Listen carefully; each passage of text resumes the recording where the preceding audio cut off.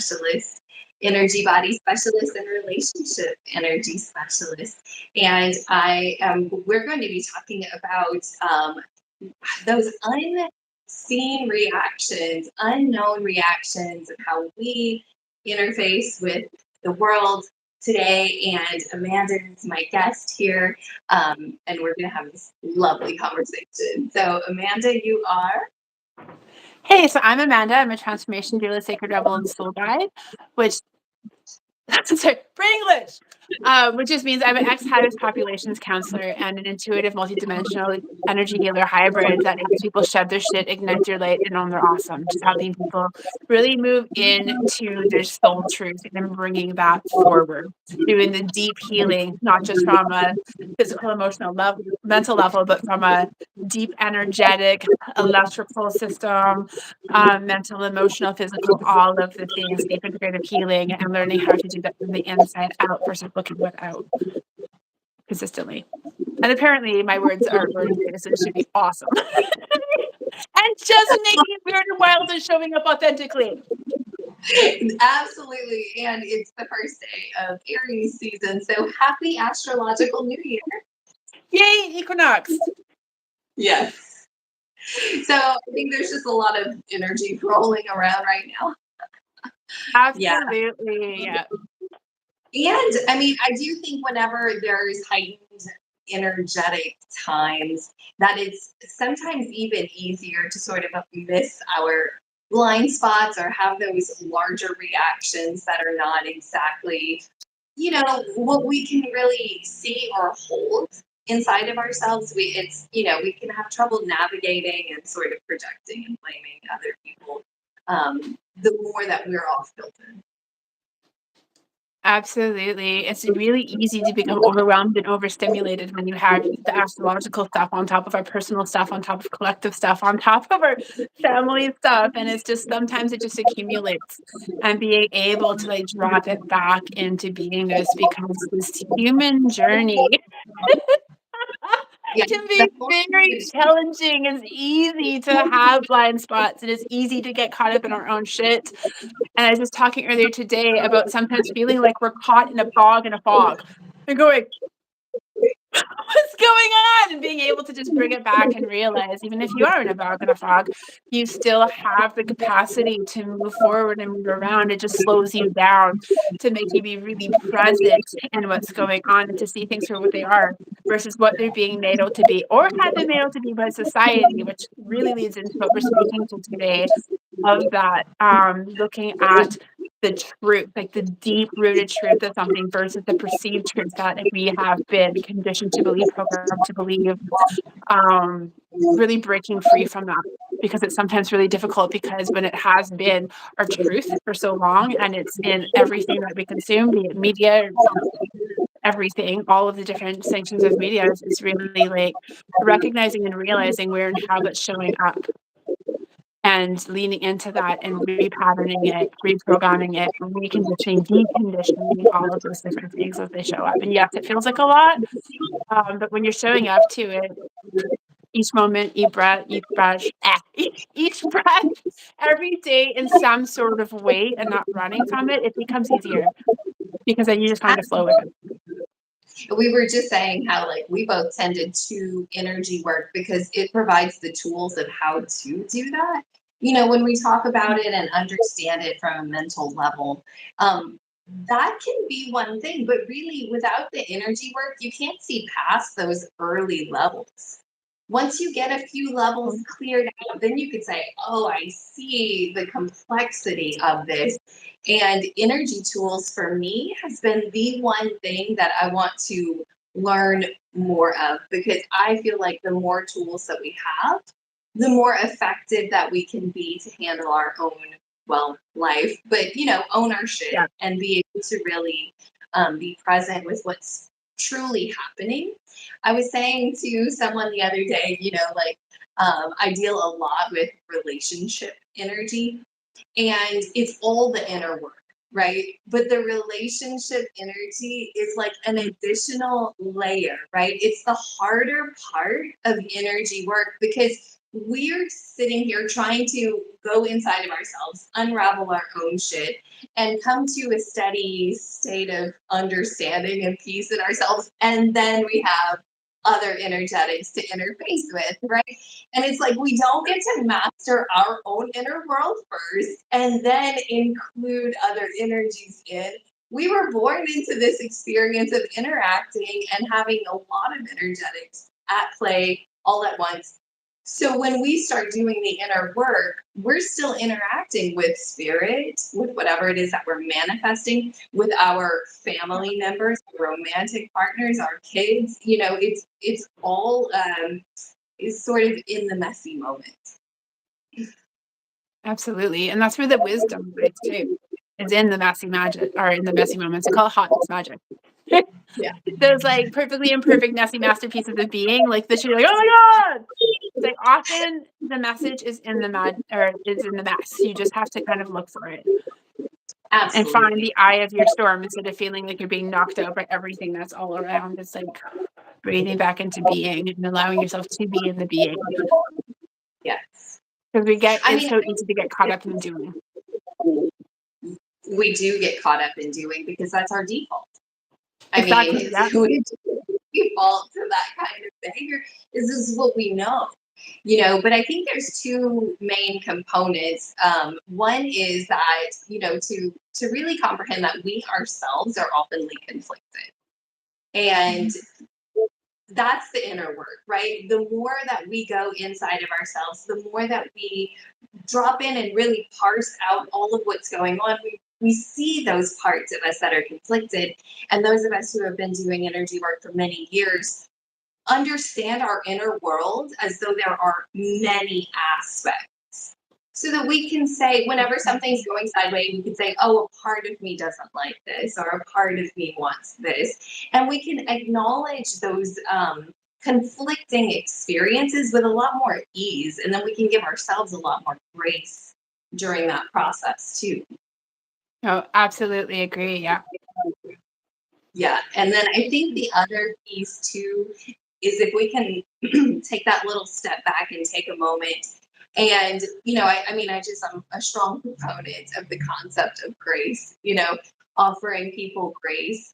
I have a friend who uses this phrase that I absolutely love. It's called assumption of goodwill, right? So many people react like they immediately assume that something is against them or it's going to put them into a place of survival mode, or something's going to negatively impact them.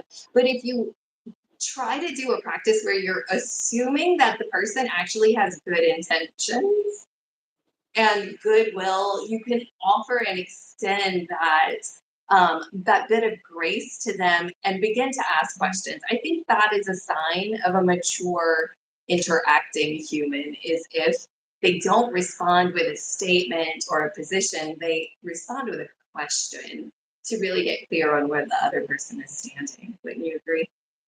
100%. Well, it's coming from a place of neutrality versus energetically having your poop not in a group, so everything is everywhere, and then you're taking everything personally, or like that is like putting assumptions on things or putting judgments on things or putting it's like instead of just coming from that grounded intuitive place of beingness of neutrality and then asking the questions because we're human.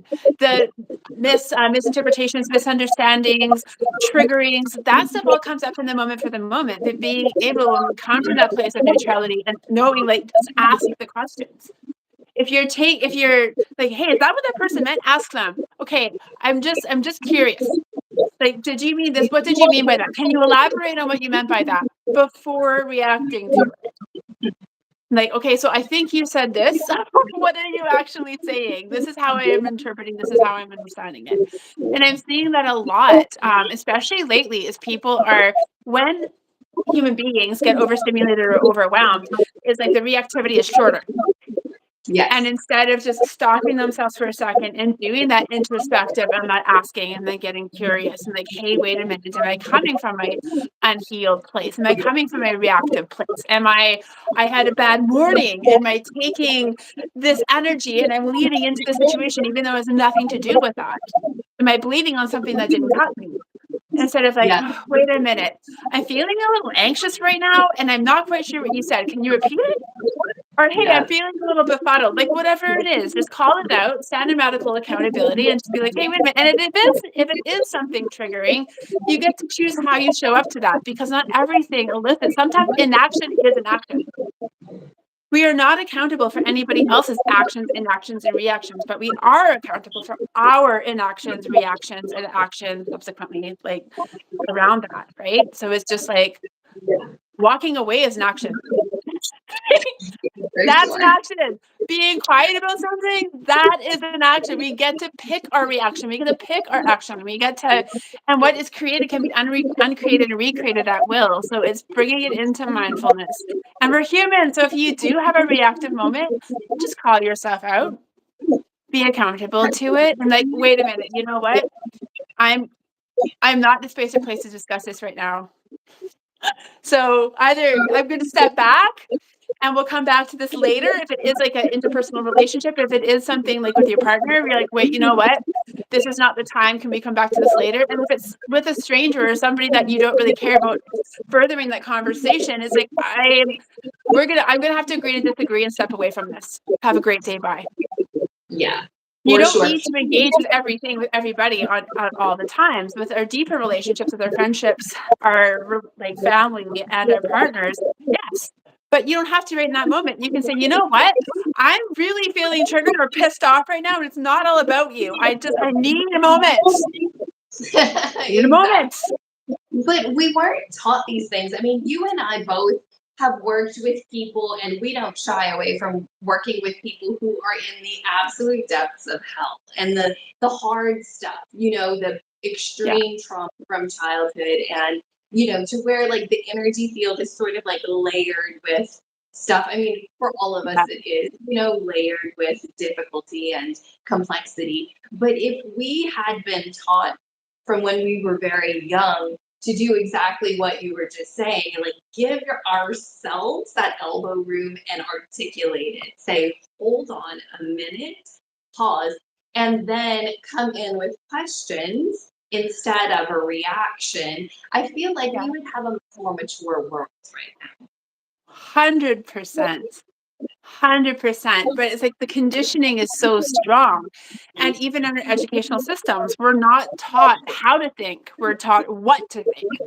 So That's right. anything that opposes that comes from a place of curiosity, of wonderment, of, but what if, is shut down Yeah, it is. societally, right? If it's something that opposes the norm or the standard that's set out by who and what, like who's questioning that? It's like all of a sudden, Yep. it's like all of these weird little things that you look back that people are societally programmed upon, and it's like, why are we making children sit in a stranger's lap just because they're dressed like Santa Claus? And then we make it like it's something wrong if that child has body autonomy and doesn't feel comfortable sitting in a stranger's lap. We're making a narrative out of it instead of like, it's okay to not want a stranger to touch you. That's okay. And Well, so it's like the complexities also too, probably a lot of the reasons why we have confliction inside of ourselves is because we're given this mixed messaging, right? Stranger danger, don't talk to strangers. Now here, sit on this stranger. It's not cohesive. Yeah. and it's Right. that conditioning right there is consistent throughout our upbringing. That's Absolutely. I consistent. mean, the same thing was with, like, stranger danger, don't talk to strangers. And then you get dropped off at school with a whole bunch of strangers the very first day of school. You're like, I mean, we're not prepared for this. And then, like, we get dropped in the deep end. And, I'm not the sort of person that always learns when I'm dropped into something, right? So thank goodness. I'm very, very grateful that I wasn't taught how to swim by being like dropped into like, Thrown into it. holy crap. I mean, the amount of water I would have like swallowed. But I mean, I'm not sure I wouldn't have drowned. Like, I'm really not confident about that. I much prefer learning step by step by step. I mean, I learned how to swim in college, and I took a class, and I was so grateful because she like sat us down in front of a video and like showed us all of the moves, and I was like, I got to practice them standing Awesome. on the ground first, and then we got into the water, and then I could do those same moves. I'm like, we really should teach people behaviorally in a similar fashion. Like this is really good, and throwing kids into water is probably not wise in general. Well, it's like learning, and then that's a great lead into it's like feeling into what our learning capacity, learning abilities are, and how we learn best, right? Because some people do. It's like maybe not hucking a child into the water, but walking into the water with a child. And like, how does your body feel when you can no longer touch the ground? Like, let yourself float when you're up to Yeah, your waist. And then this is how you float. And then show me through example, not just hucking and you figure it out as you go, right? I mean, granted, that's a lot of what life is okay, figure it out as you go, oh my God. But it's like finding that safety and being able to bring yourself into the unknown in a safe way, in a way that, I mean, even if you're feeling unsafe because it's different, how to regulate yourself while you go, because we're just being thrown into one thing after another, being completely dysregulated. Nobody taught people about nervous systems or how to regulate it. That wasn't even a fucking thing. And then you put exactly. neurodivergence and PTSD and all of these different things, and depression and anxiety and all of these different things that show up in our human, our very overwhelmed human society. Like, how do you hold space for all those things and heal all that? How do you not assume that it's an identity, but realize, hey, this is just part of my conditioning, and what's conditioned can be deconditioned. How do I Absolutely. re-show up to myself in a different way? And it's like I had a horrible, like the swimming thing. I had a horrible experience in the swimming lesson. I wasn't thrown in; nobody threw me in, but I was learning in school the swimming lessons, and the teacher was horrible. She was fucking horrible. I damn near drowned. And she kept on pulling the board away from me, and I'm sputtering, obviously having a full-blown panic attack in the water. And she didn't get me. I'm in the deep end, and my friend, I was in grade 2. My friend put her hand out and pulled me in, brought me into Wow. the side, not the instructor. So that turned me off of it. Lucky for me, I'm a stubborn human. So I refused to go to, shocker, I refused to go to swimming lessons after that. My mom's amazing. She didn't make me go to any more swimming lessons because I wasn't afraid of the water. I go swimming with her. I go Yeah. swimming, like I would go do this with people in situations that I felt safe with. I knew how to dog keep paddle, but that was about it. And now I am a human that swims in the ocean daily, and I swim out. I'm way the fuck out. And I had to teach myself how to do that and move past those triggers and move past that insane discomfort and move past that full blown fucking panic attacks in the water. How do I regulate myself in those situations? Because nobody can regulate me but me.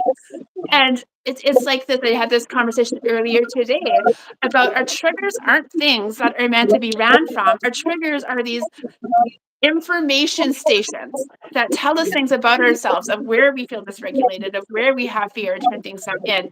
And when we learn how to lean into them from a place of safety, that's where the wisdom lies. That's where we can unfurl and untangle all of these different things about ourselves. All these things that we claim and we state, like, oh, I'm just like this, I'm anxious. Why the fuck are you claiming anxiety? Like, ew, no. I You just experience anxiety when I'm in certain situations. Sure, because that yeah, is something that is outside of ourselves. We can move past that. We can move through that. It's like if I step in poop, I have poop on my shoe, but it doesn't make me poop. I just have that's poop on right. my shoe. Wash the poop off. Stop walking through the poop. Yeah, there's that too. You do have to stop walking through it. But what you said there was, I think, the crux of it, right? When you can learn how to shift that experience and not embody or be that experience, you can see it as something that you're going through. But a lot of the time, we do need examples of that. We should not be expected to know how to re regulate our own system without some type of environmental structure. That's why you and I hold space for people, is to teach that energetic patterning so that when they're Exactly. going through, and a lot of the times our clients come to session and they will be telling a story and have a fair amount of that own energetic happening in their system, and we can teach them how to navigate through it by by retelling a previous story. Also too, that's not our strongest suit, right? The energy tools are the way farther, quicker, better way to go about it. Absolutely. Yes. It's like getting it at the core, getting it at Yeah. the very center of where it is, because all of these different experiences that we have, we hold it in our bodies and in our being. Absolutely. It's held in our physical and our emotional, mental, and energetic bodies. So it's getting to the root of that and really like, okay, Yeah. like, if I have a heart condition, I'm not gonna help my heart condition by putting a Band-Aid on my chest. It Yep. needs to go deeper in, like, it's pretty, it's not gonna do anything. So, being It's able to really dive into that deep from a place of neutrality, of love, and of acceptance, and understanding of things and bringing it out. It's like so many people demonize different aspects of the being. I'm like, it's not about like judging it or demonizing it. It's about holding acceptance and awareness and space for it to come forward. Yeah. And I truly believe that the entire crux point is that when something happened, we just simply didn't know how to handle it in that split second moment. That's when the energy body starts to freeze up. It has like frozen Yeah. energy in the, and then unfortunately, we have less capacity to be able to mentally process it there. Our body is still operating kind of on this routine. And then that frozen energy gets larger and larger and larger. And what you see in people who don't really have much agency in shifting how they respond, how they react, it's just sort of like right in the moment. To me, what that says is a ton of frozen energy. I don't know if you ever read that book, The Body Keeps Score. Yeah. I I haven't forgot read it, but I know about it. Yeah. it's so good. There's a part where he explains how they did a lot of brain scans. So they talked about that a lot in the book.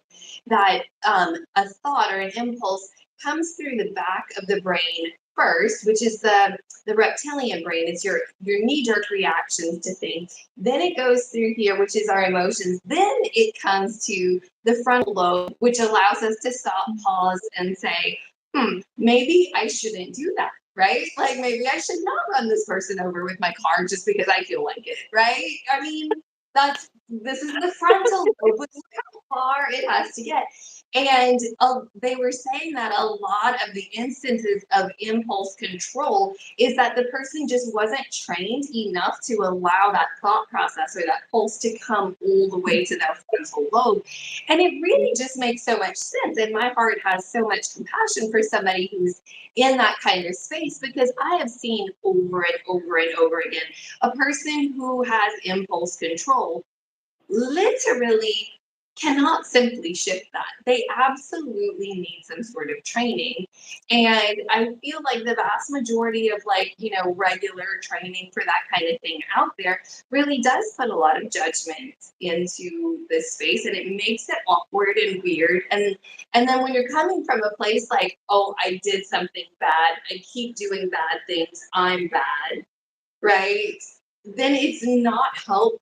You get more stuck. That's more frozen energy. That's less ability to shift your experience. Absolutely.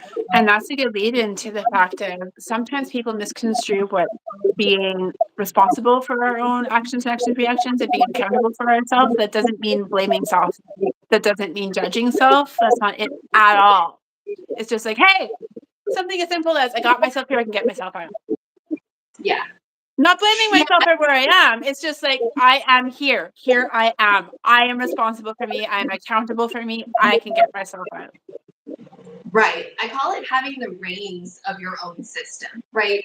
We think as rational adults who have functional lives and whatever, that we have the reins of our system.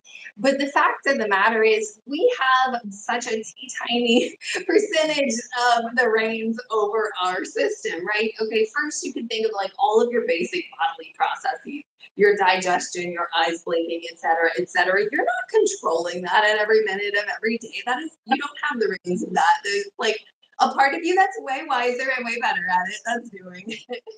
Yeah. And also, if there's something going sideways in that part of your body, then you might actually need to do some work and get the reins there. But otherwise speaking, there are many aspects of ourselves.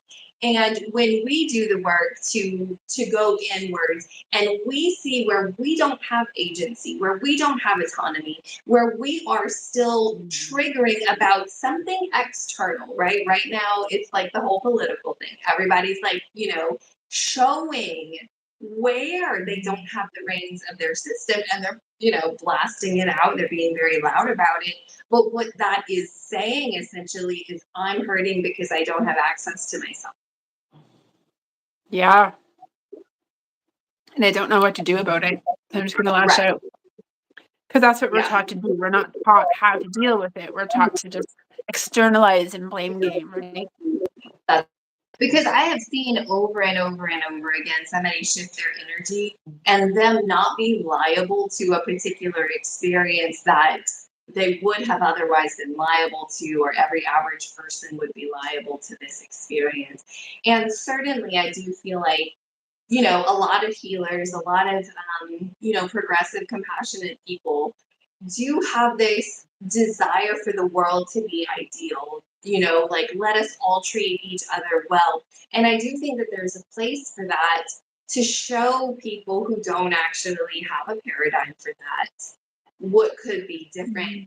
But I don't think that anybody's showing anybody by fussing at, like that's not a way humans learn. Yeah. And it's definitely not the best way humans learn. If we can learn it all that way, it's not our strong suit. Sitting there, showing by example is obviously, I think, the best way altogether. Absolutely. I absolutely agree. Yeah. And I'm so grateful for this digital world where we can connect with other people who can show us, in a example format. I know the first time I was ever in a container where there were women who were like high level and we were holding space for each other. The experience of being witnessed through the messy confusion of going through our layers and learning ourselves, I'm telling you, it was the most amazing supportive thing I've ever encountered before in my whole life. It was like, wait, I can really just be super vulnerable and share, and people can just bear witness, and that feels comfortable. Not just comfortable, it feels like, where was this all along? It was like a nutrient that's been missing in our world. Yeah, absolutely. And when we have a safe space to show up in all of our authenticity and all of our messiness and all of our beingness, that's when stuff starts to come out. Yeah. And we have a safe space to hold something like, wait a minute, this is making me uncomfortable. So you can bring that out.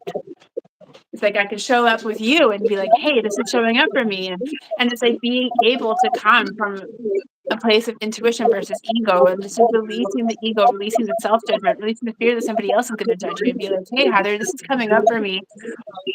Can you help me work through this? Can you help me, like, what are my blind spots in this, right? Like, even like you and I and people like us that are showing up to the work regularly for a long fucking time, it is a process of still allowing ourselves to be vulnerable with ourselves every day in every way, and vulnerable in being with others, because it is this like lifelong process of unlearning and learning and becoming and unbecoming, and just allowing yourself to be in that vulnerable place and to call it out and to sit with it and to bring it up, because nothing is ever going to be worked through if we don't allow it to work up first, and then be able to sit with it like, oh, this is uncomfortable. What is this? Yeah. This is something that I can release like this because some shit you can, or is this something that needs me to sit with it, that needs me to just unpack it a little bit, that needs to be integrated or release it? Is this stuck to something deeper within myself? Yeah. And I think, I'm just kind of being brought back through my own journey and thinking how, when we come out of the regular world thinking and start like looking into this space called like energy work, like what's back here, what's going on, we have such this paradigm of like, let me do it real quick and I'm going to be done with this, or let me move through it real quick. And then when you get into it, it's like fucking quicksand, and you're like, holy Layers. shit, we're accustomed to being so productive in the tangible world, and we're like, oh my God. And it can feel a bit daunting. And I think if I could tell myself something back then, is like, this journey is far more enjoyable than the progress that you want right now. Like it really can unfold in its own time. Put your attention on what you're actually supposed to be learning right now, because there are a lot of things to learn, right? Like we're so result based oriented, and don't get me wrong, I am all about the results. I don't lose perspective of what the result my client wants is. Like we're going there, we're beelining for that. And it's a hell of a lot easier when you're not doing that on your own. Absolutely. Yeah. Like to feel supported, and especially for people, there's so many of us that may not have felt supported in our life before because we were raised with people that weren't supported, that didn't know. It's like when you have people that are unhealed showing up from an unhealed place trying to, it's like it just trickles over and over and over and over. So when we start to provide that for ourselves, when we start to learn that for ourselves, when we find people that can help us learn that, Yeah. and that can initiate that within ourselves, then we can start like, oh, okay, wait a minute. There is situations that it's safe to kind of, see and be seen, to Yeah. show up in our vulnerability, to show up in our truth, because a lot of us were taught that that's not safe. So we just kind of keep in like form this big, huge, hard Molly mask. And if they being able to just let those down and unfurl that and then step through it. Yes, definitely. I just want to check in real quick and double check that there's not any messages. Was the topic of the live video was a question. We didn't see that one come through on our little device. I didn't see anything. Like that's not even showing up on my side. I know, that's a bummer, but I'm glad I checked in. Mac Ryan says, I like y'all both. Thank you. Emojis. What's the topic of the live? Our topic is like when we're handling with reactions that we're not fully aware of, we don't fully see. So yeah. Oh yay, okay, I figured it out. I had apparently I had to push a button. We're gonna have Now to I know. It's our first live on YouTube. Yeah. I have to push the button first, and then I can see the things. Is it the one that looks like the little chat? Yeah. Yeah, that's I thought it was automatically gonna come up, but that's not a truth. true. Oh my goodness. Okay, we have Now I know. learned. Now And we will do that I have to push the button first, and then it's like, yeah, then it goes to like live chat. You can press live chat. There's other options that I don't know right now, but yeah. Learn as you go. Learn as you go. And this is the thing too. Like this came up in the call earlier today. Is allowing ourselves to fail forward fabulously, because we are taught that failure is this bad thing. So what do? We withhold ourselves from moving forward in fear of failing, where it's like you've already failed if you have chosen not to even try. The worst kind of failure, because you're definitely not going to be moving forward. But at least if you try and you fail forward, that failing is called learning. That's called Yeah. evolution and growth over time. That's called expansion of beingness, because you can't have expansion without contraction. It's like where you're growing, you can't have growth without challenge. So allowing yourself. And here's the funny thing: with fear of failure always comes with fear of success. They're like together like this. So allowing yourself to lean into that fear of failure is like, wait a minute, what is this actually saying to me though? Where is this coming from? Yeah. Fear is not very challenging to move through when you defrosted a lot of that frozen energy. If your fear is really like encapsulating you, first thing that you should be doing is defrosting first, because we are patterned for that. Like, do what you know, don't do what you don't know. What you don't know is dangerous. And then, so we Mhm. see this all over the place in our relationships, in our work life, in our family interactions, in our friendships. It's just everywhere. I mean, even in our health, I've seen so many people like, I don't know about that. I'm just going to go to the doctor and ask what he thinks. It's like we have this way of being trained about what we need to know, but that's the education in this country. It's not experiential and what do you want and how do you create your best you in this world? It's do it this way. Run through a template that does not fit you, but you can just limit yourself all the time. And I mean, I remember like when I first came to energy work, I was a hot mess because life had just like fell apart and blasted. And so I was in a state of heightened anxiety and a bit of freak out. But otherwise speaking, I was just quite rigid, and I was held together by these like repeated like ways of doing things. And it worked really, really well until life blasted, right? And then when I was like, oh my God. So now I can't even conceive of going back and being that rigid. Like now my options of what I choose to do in life is so much more fluid. And I feel like in 10 more years, I'll be saying that from 10 years, to now, it's like gotten even better because we have been taught to fear what we don't know. And on this journey, we're beginning to learn what is true. And that's why intuition is so important. So you can feel and discern. And if it has a blooper, which it will, like that's, like just to let you know, it will. Like there will be bloopers. And then you will learn, like, oh, there was more data for me to look at. I was wanting this. And so when I went for it, I didn't notice that it wasn't exactly on point or right for me or whatever, right? We learn by those like little mistakes.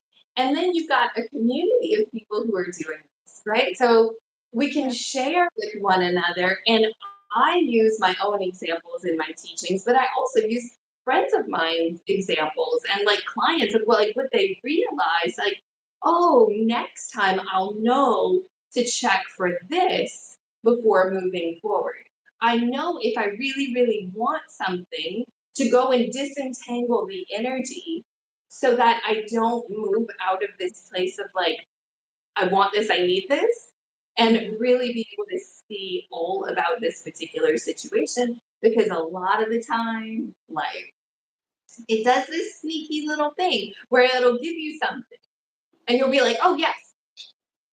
But then if you say no, you're like, no, that's not what I wanted. Like that doesn't fit all the criteria. Then the correct thing will come in later. So we do have these ways because we're moving out of the mind and kind of going into that like heart, that pulse, that intuition kind of space. And there are instances that will be supportive of us. There will be ways that we can connect with the very things that are right for us. But our world did not teach us how to do that. No, because our world taught us how to outsource our power, how to outsource our thoughts, how to outsource everything, instead of how do we cultivate that within, like connect with others that can assist us. It's Yes. like not just, oh my God, do it for me. Hey, this is being able to lean into that on ourselves and getting curious and having the patience. It's the thing. If it's not instantaneous, you're like, oh my God, it's not happening. Allowing yourself to be present and patient and Yeah. unfolding. If you're not allowing yourself the time and the space for something to come in and the clarity to come into the chaos, you're just not giving it the time and the space, right? The toddler's gonna walk. They just need to come into it on their own and they need to, grab onto things and push themselves up. And some toddlers get up and they don't walk, they run. Yeah. They grow fucking wings and away they fly, and other ones are crawling, or my friends was like tigger hopping forever. Everybody learns at their own pace in their own way, and none of it is right, wrong, or in between. It's like it's just beingness, but allowing ourselves to be different in that, allowing ourselves to show up in the authentic way that we do, allowing it to be whatever it is, and allowing that to be perfect for That's right. us. The That's imperfectly right. perfect thing. It's like it's not about the Yes. book says that's supposed to be like this. Fuck the book. Yeah. Fuck, what's That's it for you? How do you show up to it? How does your child show up to it? Like fostering this space and this place for everybody to be the unique beings that we are. absolutely. Because that's when you see so many people hitting walls. It's because we're busy having comparisonitis to all of these different, well, they say. I had a session recently. I called the person out and I said, what's stopping you? Simple question. And I challenge everybody, what's stopping you? And Yeah. they had a beautiful, honest answer. And she almost started crying. And she's like, myself. And then moved into it, they say. I'm like, beautiful. Who the fuck is they? Yeah. Who's they? So she sat with that and she came out with who they was. And I'm like, see where I'm going? And she's like, yeah. I'm like, why? And she's like, why? I don't know. Exactly that. Why? Why am I listening to this? Why? Like I felt like I had no choice as a child because we're conditioned to do so. But as an adult, we have that capacity to decondition ourselves, and we have that capacity to hold space for our children if we have children, and for other children that we may come into contact with to have that space to grow into being. I chose not Yeah. to have children on my own in this life because I was a counselor for so long, so I was helping other people, raising other people's kids for a long fucking time. So I made that personal choice for myself, but I am the person that shows up to other people's kids and kids that I just randomly meet, and holds that space for them to be safe. Doesn't have to be Absolutely. your own family. It doesn't have to be, it's like being that for yourself. People feel energy, especially children. Everybody feels energy, whether or not they're going to admit it. So you holding that space of vulnerability, of beingness, and of patience, of just, I am a ever growing, unfolding, messy masterpiece of being. Others feel that and take Yes. that on. And it shifts. Energy is cumulative. It shifts. It's like, what is that saying? One match can light 1,000 candles, like infinite candles. Because with one match, you start lighting candles, and then you light more candles with those candles, and light more candles with those candles, and so on and so forth. And it's infinite. So just being that perfectly imperfect, messy masterpiece and being hot mess magic, whatever you want to call it, within yourself and showing up in that energy gives other people permission to do the same. Yeah. And I mean, that's actually a great segue into like kind of back what we were saying about like these unconscious responses that come out of us and we react via these hidden emotions. Well, when you're a parent, our world doesn't explain. They do, you know, there is that old adage like it takes a village to raise a child, but that's not the programming we get as parents. You know, it's like this is your responsibility. How this kid comes out is like a reflection of who you are. Well, I was Yeah. very grateful that a lot of the people around me was like, how'd that kid come out of you? Like they were like, wait, hold on, this something's not the same. So it's like, okay, yeah, that. And since I didn't have any framework of like a village to help me raise this child, you know, I didn't have a proper community. I did really well at establishing my home and all of her needs, basic, you know, like at home needs. But there were a lot of things that I couldn't be for her because I'm me and I'm not 12 other 100%. people at the same time, right? And certainly she did receive what she needed from me, but that I didn't know some of her core essential needs because I didn't learn about the energy body archetypes until she was a teenager. And I had Mhm. not provided a very core main need for her, which a lot of people don't realize this, is that different energy body archetypes have different needs. And there's this one type that desperately needs conflict. They need it like they need air to breathe. Well, I am the system type that's coded from head to toe to be like the resolution person. So she would try to conflict with me, and I would be like, "Oh, here's the resolution for this. No, this is what we're going to do about that. Nope, I'll handle it, right?" And she was the one who needed to conflict and spar, and I did not know that essentially she was suffocating in that area of her life, right? Mhm. And I didn't know enough to put people who would do that for her and teach her well about when not to, who not to, How to. engage in that way. And now, she's in her mid 20s and she's kind of learning it on her own. She's gotten better at the who not to create conflict with, thankfully. And Mhm. but the people that she has brought into her life to do conflict with, sometimes it's not ideal, and I feel like there's different system types that when psychology gets a hold of them, they make some of their core processes wrong. They're like, no, no, no, we need this. We need you to be over here. And that's not their North Node. That is not their particular coding and their path. And psychology doesn't have a clue because they're saying a healthy, normal person in society would be like this. And they don't have a framework that we're all utterly unique. That we have to ask our own inner world, what is our forward moving North Star process? Like, what is true for us? And they don't stop and ask people that. They have a framework of where they're trying to get them to develop to. It's like we're not a picture, that you don't need to send us through 3 containers of liquid and then hang us up to dry. We're not going to develop. We need to figure out what our intrinsic processes are. Well, yeah, exactly that. Like we're not packages to fit inside of boxes, and that's exactly what we're treated as. So when you feel that you're not with all of us, because we're not meant to be in boxes. So when we're sitting there and going, oh my God, and you're feeling that discomfort and everything is coming up against you because there's no environment for that allowing. For that to Right. process, for that to be, for it's like you say, to show up where you are, to learn how to show up in your authentic beingness, how to work with how things show up for you, to you, around you, how to work with that. If you're a person that has more of a propensity to conflict, how to show up in that for yourself. Because there's good conflict and bad conflict. Curiosity is a form of conflict, like questioning. That's beautiful. And then there's the having, like, whoa, it's a different energy. How do It I is. honor these sides of myself in a safe way and show up for myself in vulnerability in a safe way and get these needs met, not smashing up against the wall? How do I burn down this box that society tries to put me in and rise from the ashes with the phoenix that I fucking am? Yeah. And that's a big part of it, is we are all different. And traditional psychology, quantum psychology is a whole different story. It is blowing all this shit out of the water. But Yeah. like traditional psychology, which is my fucking background, is like, let's just box everything. That's why I left the field as a counselor. Like, just think of that shit.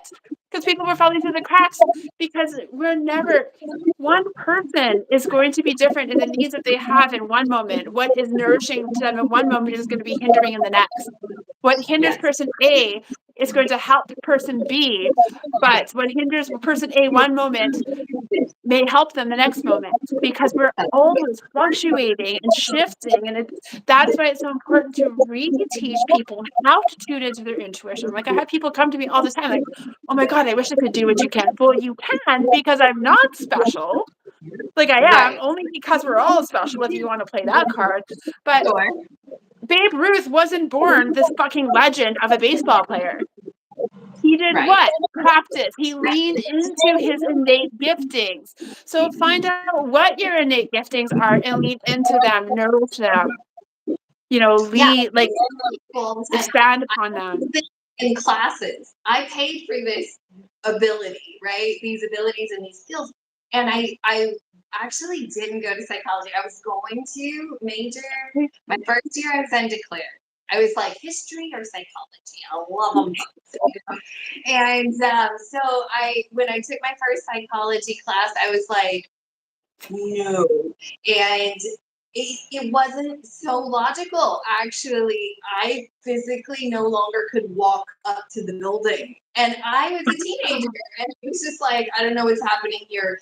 I never skipped a single class except psychology. And I was just like, it was getting close to drop date. And I was like, I need that. It's the only class I ever dropped. And I had no idea why. I was like, but I love psychology. And it was because I would have gotten some jacked up framework that learning history actually did so much better for me because it got all of my pieces in place and my inspiration intact. And now I can track historical patterns, which is super helpful for what I do as a person. And then I studied anthropology, which I probably would have minored in if I had found it sooner.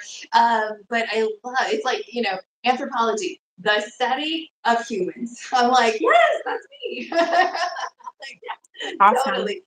And anthropology was a lot more like open. It wasn't like rigid and stiff like psychology because it's a newer discipline. I mean, it's still an old discipline, but it's way newer.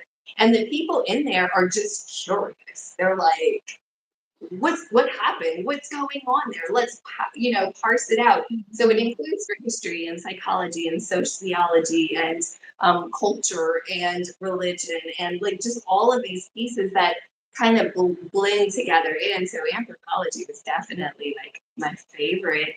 And it really, really helped me have a better framework for what I needed in life, you Mhm. know? But I definitely love psychology, except for the times where it does the same thing that religion does, that they both irritate me, right? Religion and psychology. It's like they analyze things. They've got their hands on really great data, right? They've got like the sacred texts and they've got like all kinds of case studies. And I'm like, ooh, yes to all of that. Then they go and do something. They're like, so then that means you have to. And everything they say after that is bullshit. It's like, no. Like, let's parse this out. Let's actually understand what this means for us individually. And we can look back through the history of psychology and be horrified. I Yeah. mean, back in the 20s and 30s, they were telling parents, do not hold your babies. It makes them weak and then they'll be more likely to die. Like, are you fucking kidding me right now? This is like why like our great grandparents or our grandparents were like super jacked up and like, like super rigid and not really compassionate. And I mean, certainly they were, but how much more could they have been if they were held by their mamas more? And we've just gotten so much bastardization and distortion messaging coming from both Mhm. religion and psychology because of interpretation. Because they wanted to step in as an institution and say, you're not competent enough to know and discern and to comprehend. So we're going to give you this framework to think. We started out early, in this video, you saying it's like we're not taught how to think, we're taught what to think. And that's the whole problem, right? If children were given just the sacred text or just some case Mhm. studies, our brilliant children could extrapolate more data than these PhDs, right? Or these high level ministers. You would get more wisdom coming out of 8-year-olds. Well, it's because it's not set up to help, it's set up to hinder. It's set up to keep us separated from ourselves and from each Yeah. other. It's set up for manipulation and control. Yeah. And you see it in all of the institutions. Yeah. And there's people right now, it is breaking down because people are Yeah. calling out and they're seeing it, and enough is enough is enough. And here's the thing, shit doesn't get better until it gets worse. For a system to crumble, something needs to come up against it. Shine a Well, light on it. energetically speaking, these systems are very rigid because they have our personal beliefs in it. It's like, when you're baking, you have to put an egg in something, it makes it stick together. It's like our own energy, us believing that that's acceptable, even like remotely acceptable is it Mhm. literally solidifies these institutions. And the more people that lose faith in the psychology industry or the mental health industry or religion or the school system or, I mean, any of your major institutions that we just kind of grow up by default saying, oh, yeah, that's there. They have that. But anybody who has a loved one who has to go through mental illness health care is like, wait, where is the help? Wait, this is it? I can't tell you how many people I've heard say that. They're like, wait, but I thought we had a whole system for this. Like, that's it. Like, Mhm. it's paper thin. Like the whole industry is paper Yeah. thin. But once you go through that paper thin portal, now you're essentially in the system, which is a very scary place to be. I always said if mental hospitals would be like Hogwarts, we'd have a really, really exquisite world. Like we'd be teaching those brilliant people how to use their mad skills that they were born with naturally, and it would benefit us as a society. We would be like nourished by people we call broken. It's so sad. It's like throwing away nutrients. It Like, really is. Yeah. I wish I could find it, but years ago there was this article that I read, and it was an article written by a Peruvian shaman that came to North America, and he was talking about, he was speaking to what he sees, what he saw when he was visiting all these various North American mental institutions, and how we basically throw away and shove away some of our most gifted people, because when people are awakening and things are coming out and people are really sensitive, it's seen as bad, and those are actually giftings. And we make people feel bad for things, and we create issues with these medications and with these things that are being pushed. As somebody with a psychology background, if you give somebody an antipsychotic and a not psychotic, that is going to actually produce psychotic episodes. This, dang. yeah, yeah. Like, the shit I've seen is absolutely fucking mind-blowing of how quickly we just put people into boxes. It's like somebody comes and, "Well, I'm vastly depressed because my parent died." Well, that's grief. So let's learn how to process grief in a safe way, not how to suppress it more. We already know how to suppress things and how to not deal with shit. So let's teach how to sit with things, how to process them, how to let it hurt. It's okay if it hurts. Your parent died, your kid died, your dog died. That's okay to be upset, to be hurt, to move through that. But we're taught to shut everything down, and that it's not okay to hold emotions and hold feelings. We're taught that it's not okay to be sensitive. We're taught that it's not okay to feel, especially because then we have societal programming coming into it. If you're a woman, this is how you're going to show up. If you're a man, this is how you're going to show up. If you're any other gender, and it's like, wait a minute, how about holding space for all humans to Right. show up in a safe place, and not with like, not show emotion, do show emotion, you're confused, you're this, you're that, you're a human, and it's hard being a human, and Yep. it's sad being a human, and it's happy being a human, and it's confusing being a human, and it's exciting being a human. Let's have the capacity to hold all of it, and not just because you're supposed to show up this way because you look like this or you look like that, or that's bullshit.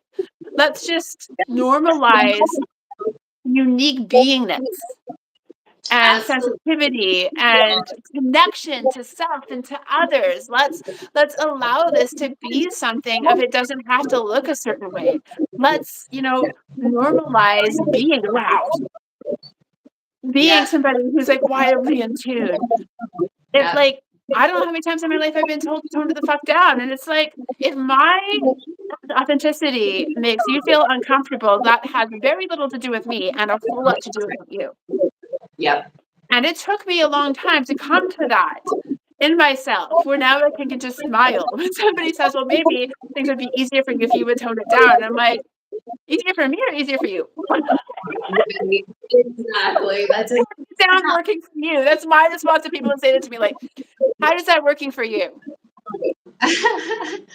it's like people don't comprehend that humans have different operating systems. And I've been teaching so much about operating systems lately because it's crucial to comprehend. Like, there's a way of being like, oh, okay, we're like totally unique and we've got all of these layers, but then that could be a bit daunting, right? It's like people do actually enjoy learning about themselves and their own codings. That's why people take things like the Myers Briggs little analysis and the Enneagram and whatnot.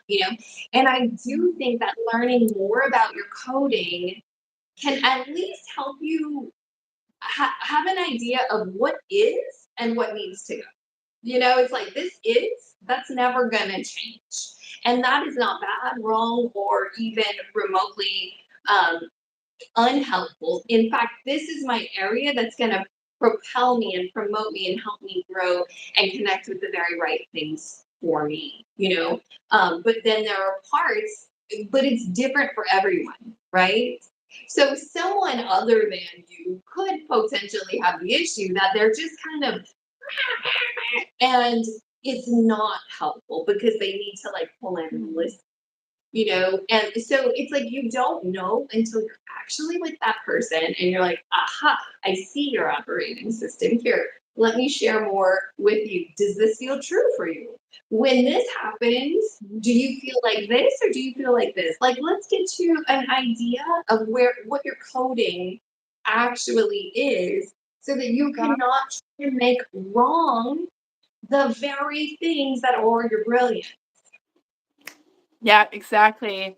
I mean, Tesla, for example, right? He's a like Oh, God. notoriously famous person that did not fit into the box. He was widely unliked, right? He was even quite screwed over by people who wanted to Yeah. capitalize and whatnot. But he didn't exactly make their lives easy either, right? He was kind of really egocentric. He was in his own stuff, and he refused to not be himself, right? He insisted that he was going to be Beautiful. himself because he was so disconnected from society. So he didn't have that proper interfacing that people enjoy and like.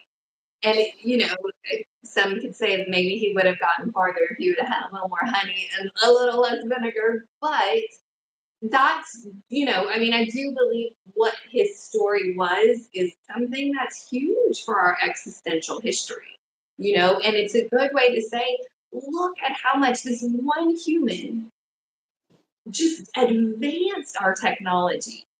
And I mean, he lived in the late 1800s, early 1900s. We Yeah. should be 100 years more advanced now because of this one man.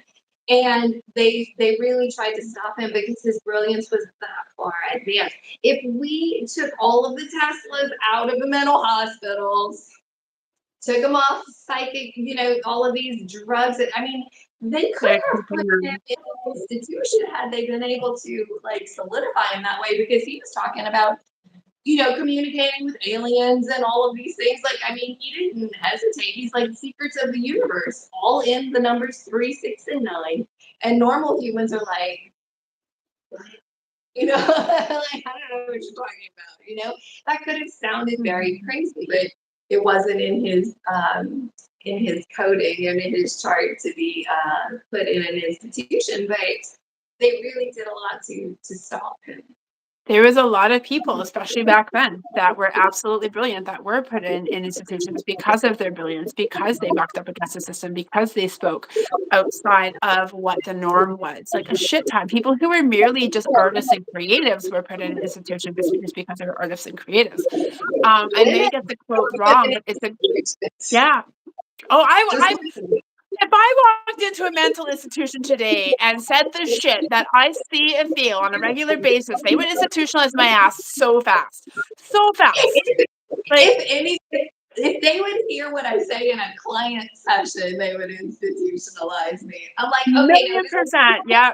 is your left arm, and they're like, doctors have told me that I cannot possibly do what I do. Like because I was like, when I went in there one time, and I have this ability that whenever an organ is uncomfortable, unhappy, not well, like something's going that it needs to be like, Yeah. resolved, I can feel all the way around the organ. Like I can feel it. Awesome. Well, know if the data is wrong, right? If they're like, oh, it's just this, just take this. I'm like, no, and I won't stop talking. Doctors hate me. They're like, I'm like, no, okay, so over here it's feeling like this, it's pushing on something. I feel like it's inflammation, but what's causing the inflammation? Like, I mean, and so Love a doctor will tell me they're like, you can't feel your organs. I'm like, no, I can't feel all of the ones that are fine, but the one that's not fine right now, I feel it all the way around. He's like, that's not possible. I'm like, it's happening. Like, who are you to tell me what is possible in my body? And that's the thing right there. It's the perfect example. Who is anybody to tell anybody else what they are and are not experiencing? Yep. And that's the thing is it's like, oh, we just think we outsource our power to these white coats. And it's like it's absolute bullshit. And we learn not to trust ourselves because it's not in this textbook. It's not in this norm. And it's like there's an Einstein quote that I fucking love, and I might get it wrong, but it's something around if we judge a fish on its capacity to climb a tree, the fish is going to believe that it's stupid. And it's like that's what we do in society. We've got these incredible fish people that look at a tree and have no idea, but they're not meant to climb the tree. They're meant to be ninja swimmers. And then That's we've right. got these monkeys that can't swim for shit, but they can swing from trees like ninjas. Yeah. Find your flow and be in that, whatever that may be. And trust that people know, like give them that trust and that faith to be able to dive into that and expand upon that. There's Right. brilliant heart surgeons out there that just have this intuitive knack to know shit that other people don't, that have the same training as them. It's like That's I right. have one of my exes is a brilliant fucking mechanic, and he'd call himself the car whisperer. He just knew. He diagnosed my vehicle that nobody else could diagnose over the phone. Nice. The phone. And no, it wasn't a fucking like I didn't even have him on camera because my camera was being a dick. So it was just the phone. And it's like Yeah. some people are just so tuned into their gift and do it beyond what the textbook said. And it's like allowing people to kind of shift into that and show up in their unique path and expand past the known. Because again, if Yeah. you do as you done, you get as you got. So if you don't go beyond that, you're never going to expand anywhere. Society is not going to go anywhere. But that's the whole thing is the powers that be want to keep us small, want to keep us within that limitations. Because once we realize how powerful we are, we all rise together, all the powers that be are fucked. Well, let me put a pause on that because that is a hell of a lot longer of a progression than most people want to admit and acknowledge. I'm gonna say I'm probably gonna sound like a broken record, but energy tools. It's what gets us interfacing with our energy body. And in our mind, we can conceptualize, oh, I'm gonna pull my power out of all of these institutions, and then I'm going to like recreate, help in recreating New Earth. Okay, that is like a 200 to 500 year time frame. So how about we turn in focusing on how the hell could you ever possibly manage to pull your belief and your energy out of that institution? No, I mean, it's rare. It's rare when I find a highly advanced professional who's managed to do that. It's not theory. It is very, very much entangled in the cells of our body. I've been teaching for almost a decade now, at least 8 years, that this society or what we've come to know is solid or whatever is like a crumbling wall, and the crumbling wall is going to start coming down. That's what I taught years ago. Now we can see that happening. And I taught many years ago, the safest place to be in connection with a crumbling wall is far, far away. Because things crumble and fall apart, they're not there to support anymore, and it's like your energy's tethered into that, it's going to smack you, right? If USD didn't have any value anymore tomorrow, I can go and tell you how the hell many people are still energetically tethered into USD being something we call money, right? This is not a quick process. This is a process that requires highly advanced energy tools, and it is not in your mind. And I know hundreds, if not thousands, of practitioners who will say to me that, oh, I've energetically disconnected from that, or I've advanced beyond this, and I can feel it all still anchored and tethered and jumbled in their energy body. And I'm looking at them like,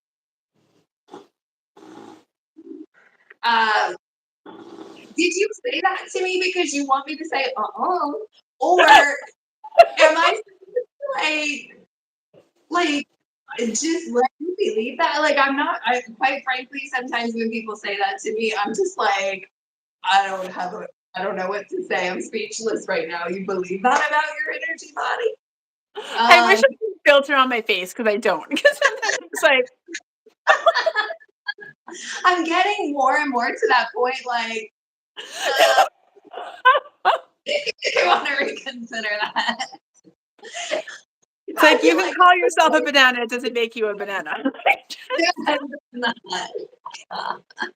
So, yeah, I do want to bring attention to the fact that we can know something, we can think something, we can believe something. That does not mean that that is what's happening in our energy body. And that is why we still have triggers. That is why we're still conflicted. That is why we still get upset about things. We have a long journey. How do I know it's going to be a hell of a long journey and past our lifetimes? Because our children, my grandchildren, are still being trained in a regular, old, distorted type of way. You cannot have a society that grows and shifts when the little ones are still being trained in the junk. Why? Because all of the mamas are still steeped in the junk. Because I can guarantee you, when the mamas are literally, actually, energetically disconnected from that, they're like, no way in fucking hell are you telling that to my child. No way in hell my child is going to have that experience. This is not like, you can know when that's not a thing because you can't even, it's like a, what do you call it, like an opposite. You can't connect, you know. And I completely agree. It's like we are slowly waking into, and the more people that are awakened into that and embodying that and continuing to open up themselves to that, the more that they can teach their children. When we have empowered people, empowered beings, empower beings, right? So the more empowered the parents are, the more empowered the children will come. So it's slowly opening up and trickling in. But yes, it's gonna take, it's not gonna, it would be beautiful if it was overnight thing, but it's not.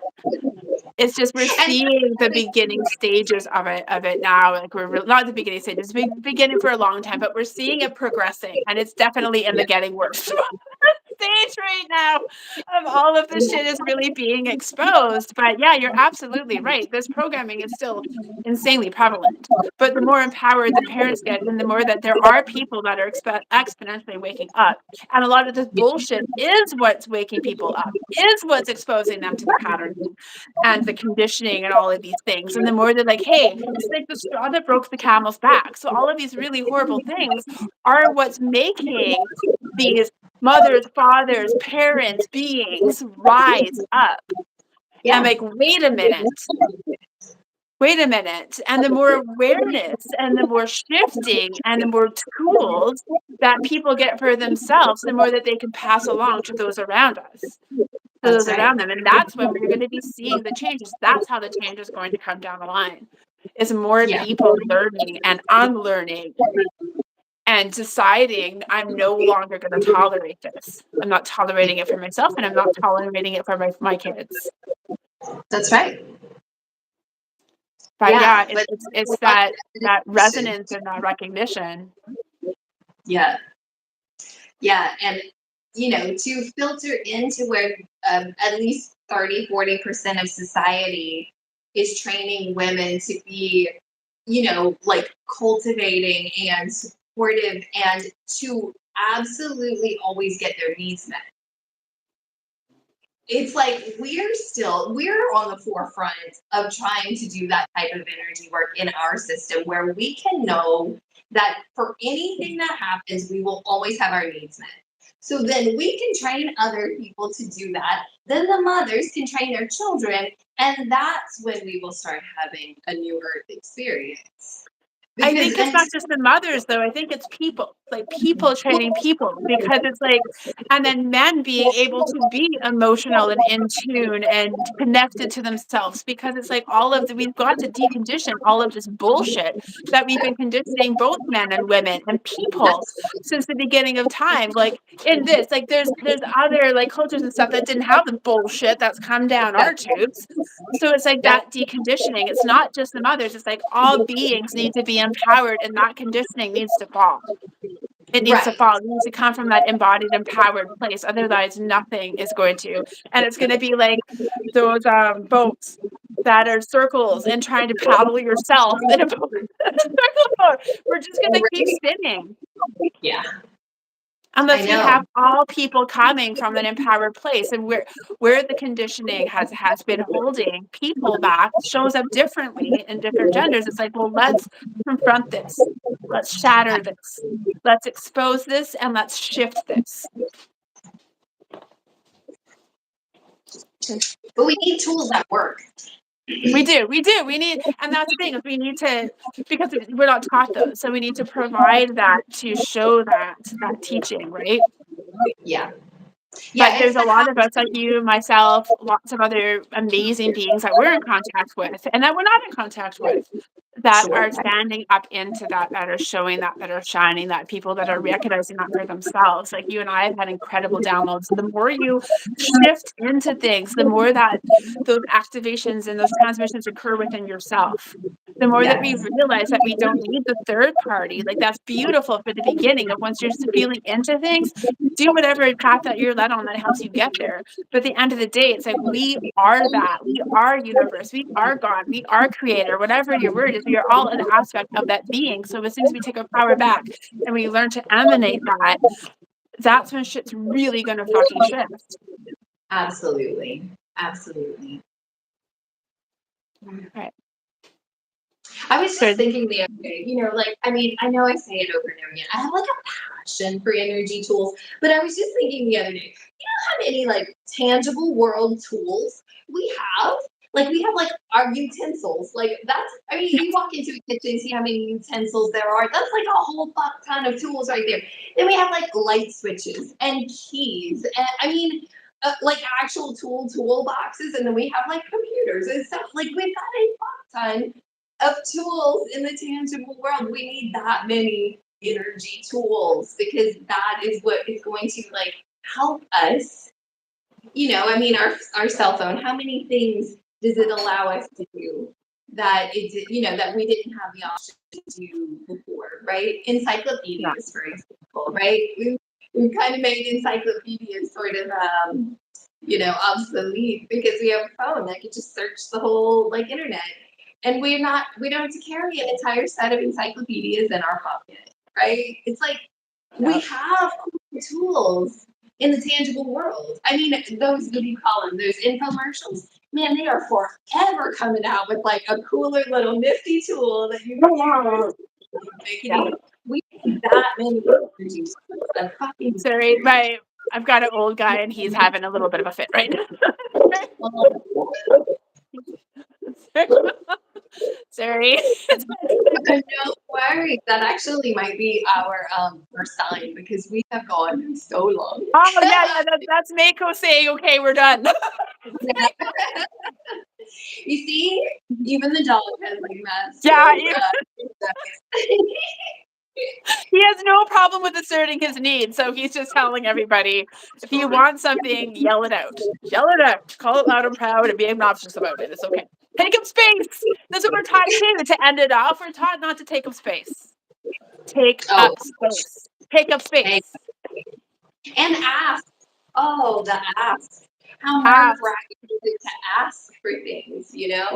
Oh my goodness. So yeah, in that vein, like we're gonna ask for you to like and subscribe.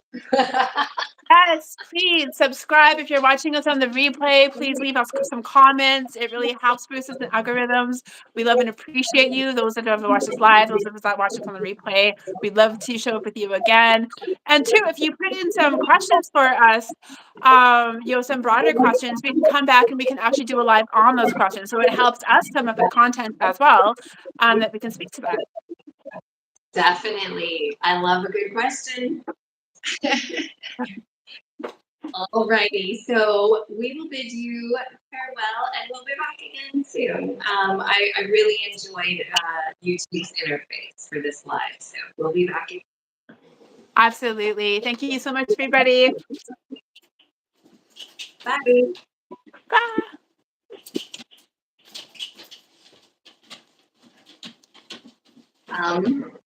Now or not. Bye. Hi.